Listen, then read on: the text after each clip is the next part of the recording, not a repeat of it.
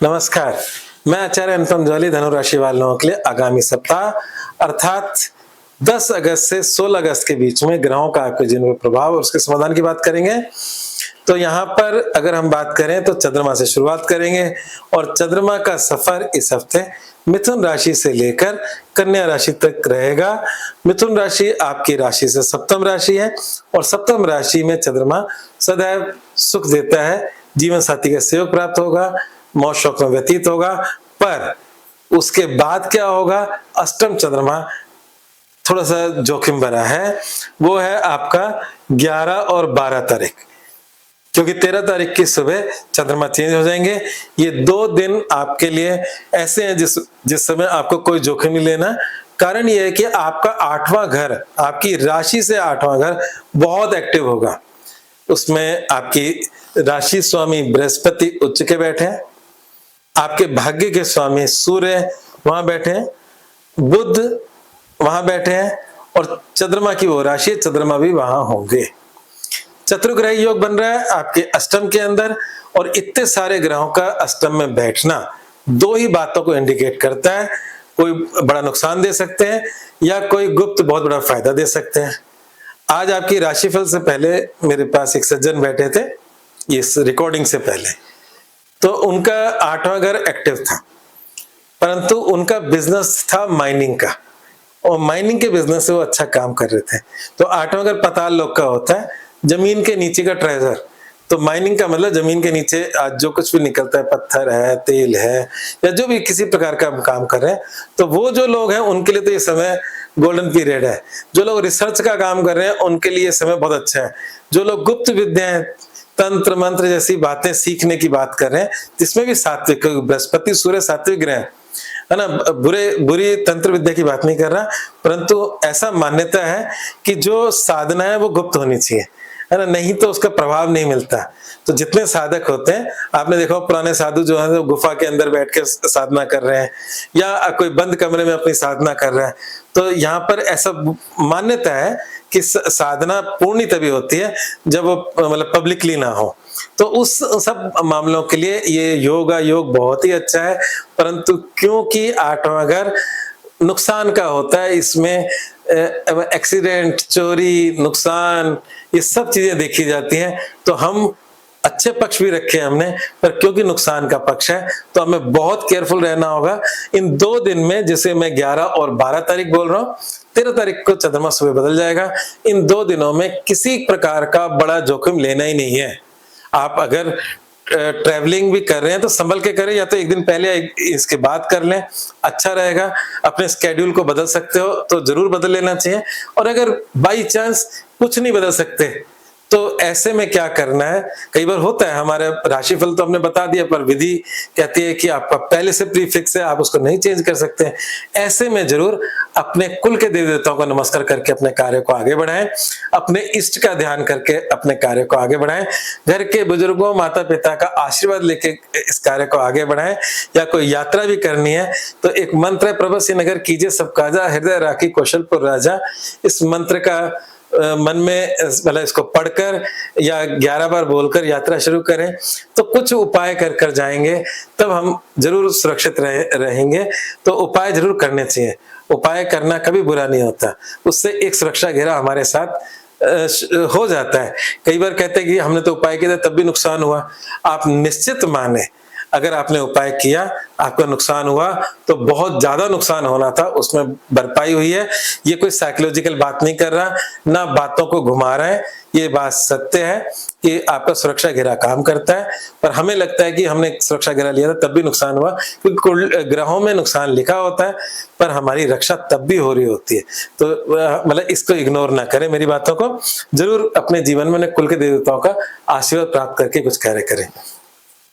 तो ये था। उसके बाद आपका सिंह का चंद्रमा थोड़े बहुत बदलाव का है और सप्ताह का अंत आपके 10वें राशि मतलब कन्या राशि के अंदर चंद्रमा होंगे, जो आपके कार्य क्षेत्र में विस्तार का होंगे।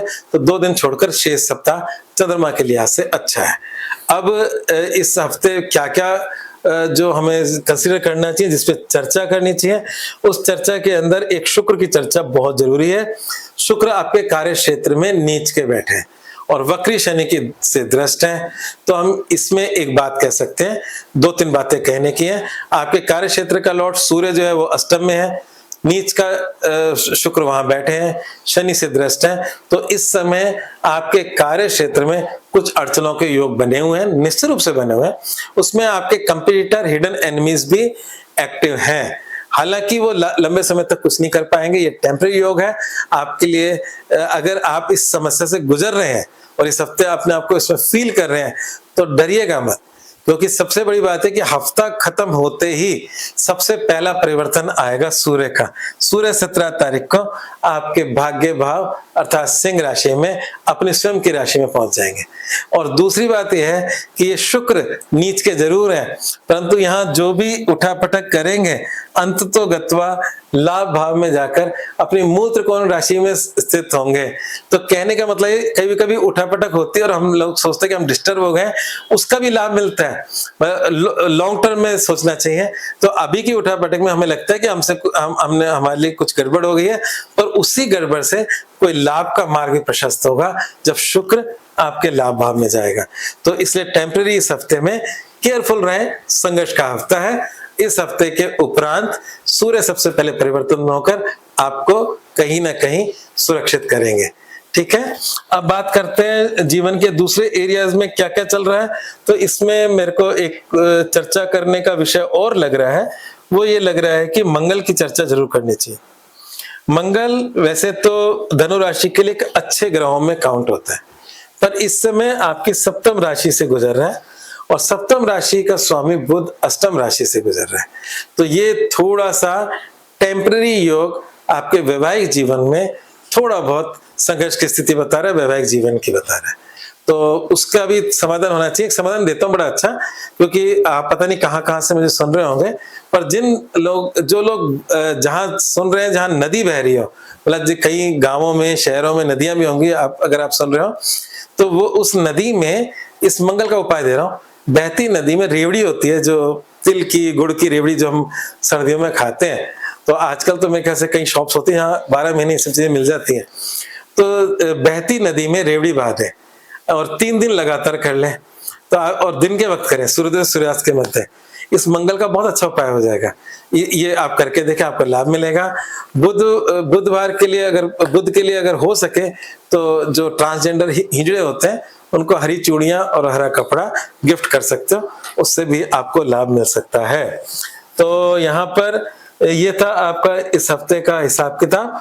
और उपाय क्या करें, तो क्योंकि सूर्य अभी अष्टम में है, अगले हफ्ते चेंज हो रहे हैं, तो राम रक्षा स्तोत्र और आदित्य हृदय स्तोत्र, इनमें से जो आपको पसंद हो उसका पाठ कर सकते हो। और अगर आप कहते हो कि संस्कृत में इतने बड़े पाठ हमसे नहीं होते हैं, तो ओम घृणी सूर्य नमः का भी जाप कर सकते हो।